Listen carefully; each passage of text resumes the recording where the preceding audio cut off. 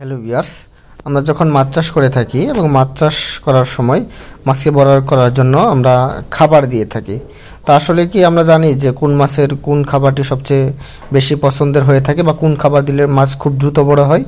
এই বিষয়টা অনেকে খেয়াল রাখি না। আমরা আমাদের মন মতো করে মাছকে খাবার দিয়ে থাকি, বা যেটা একদমই উচিত না।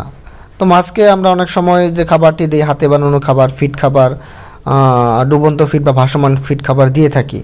তো তার মধ্যেও একটা কথা থেকেই যায়, আপনি যখন হাতে বানানো খাবার দিবেন তাহলে অবশ্যই কিন্তু হাতে বানানো খাবার শুধুমাত্র খৈল বা কুড়া দিবেন না, তার সাথে ফিশমিল বা ভুট্টা ইত্যাদি বিভিন্ন প্রকার মিশিয়ে, বিশেষ করে প্রোটিনের দিকটা খেয়াল রাখবেন, ফিশমিলের দিকটা খেয়াল রেখে অবশ্যই হাতে বানানো খাবার দিবেন। এবং হাতে বানানো খাবার কিন্তু বিশেষ করে কার্প জাতীয় মাছের ক্ষেত্রে সবচেয়ে ভালো হয়।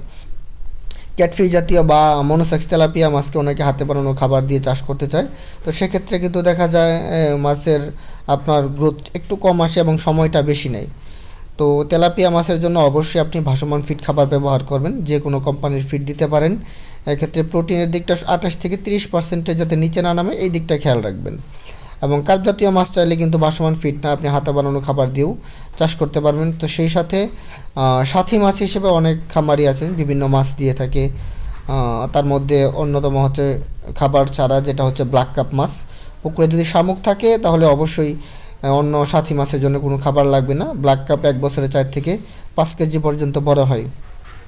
তো ভিউয়ার্স, আপনারা যারা মাছ চাষ করছেন বা মাছ চাষ করার কথা চিন্তা ভাবনা করছেন, কীভাবে মাছ চাষ করলে লাভবান হবেন খুব দ্রুত বা ভালো মানের মাছের পোনা সংগ্রহ করার জন্য, অবশ্যই আমাদের সাথে স্ক্রিনে দেওয়া নাম্বারে যোগাযোগ করবেন।